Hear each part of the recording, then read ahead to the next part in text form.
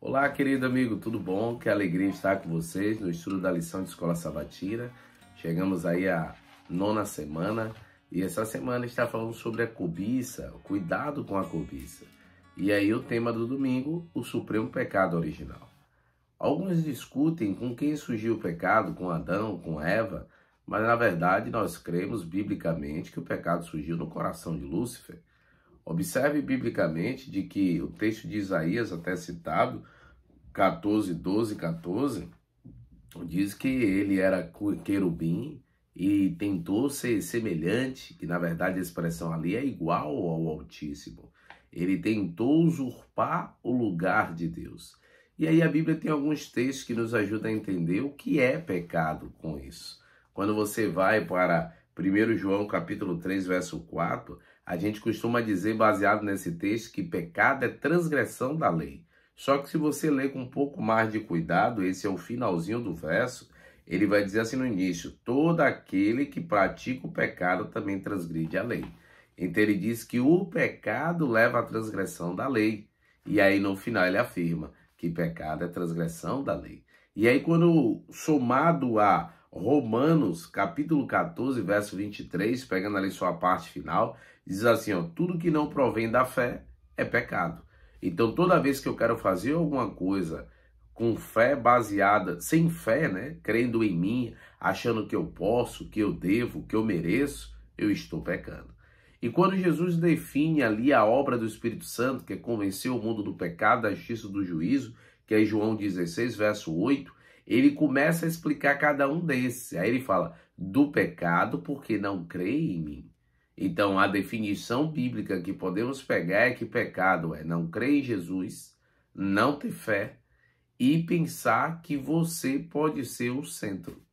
Então, por isso que quando a lição fala que o pecado original é a cobiça, é porque, na verdade, quando você tira o foco de Deus e acha que você é alguém tão especial, você acaba cometendo a cobiça. Por exemplo, Satanás quis o lugar de Deus e o que é que ele fez com o primeiro casal? Então Satanás ele chegou mentindo, dizendo que se comesse do fruto é certo que não morreria. Cometeu-se esse erro e chamou a atenção do casal. E aí ele diz lá em Gênesis capítulo 3, e será como quem? Como Deus. Olha aí então, o pecado que havia no seu coração, ele vendendo para o primeiro casal, para Adão e Eva, serão semelhante ao Altíssimo. Então agora o homem pensou, eu posso ter uma vida sem Deus. Eu posso agora ser o meu próprio Deus. Você já percebeu que essa egolatria, ou então como alguns chamam aí, de que o homem quer ser o centro, e nessa de o homem querer ser o centro, é que comete-se o erro de estar distante do Senhor. Sou eu que sou inteligente, eu tenho a força, e a gente esquece que tudo provém do Pai. O segredo para a vida cristã de sucesso é depender de Deus. E a gente precisa ter esse cuidado de não querer ter uma vida à parte de Deus. Quando você olha Efésios 5:5 e Colossenses 3:5, ele começa a citar vários aspectos, como um deles a avareza, e diz que a avareza é impureza e que ela é idolatria. Então, olha, que interessante Paulo citar isso, porque tem tudo a ver com o que a gente está conversando aqui. Porque a idolatria está em eu querer adorar alguém fora Deus, mais de um Deus. Então, assim, será que às vezes você não está colocando você como centro? Será que muitas das vezes, ao cobiçar o que é do próximo, você não está querendo agora que tudo seja seu? Tem gente que é assim. O que eu olho é meu, o que eu pego eu quero. Cuidado, queridos. Nem todo querer é poder. E nem tudo que a gente deseja é saudável. Então, deixe Deus te guiar. Seja humilde, coloque Ele como centro da sua vida. E com certeza a sua vida vai ser melhor. A Alessandra diz assim, ó. As pessoas praticam idolatria quando adoram, ou seja, dedicam a vida a algo diferente de Deus. Cobiçar pode ser, então, querer algo que não se deve ter, de tal maneira que o desejo por isso, em lugar do Senhor, se torne o foco do coração.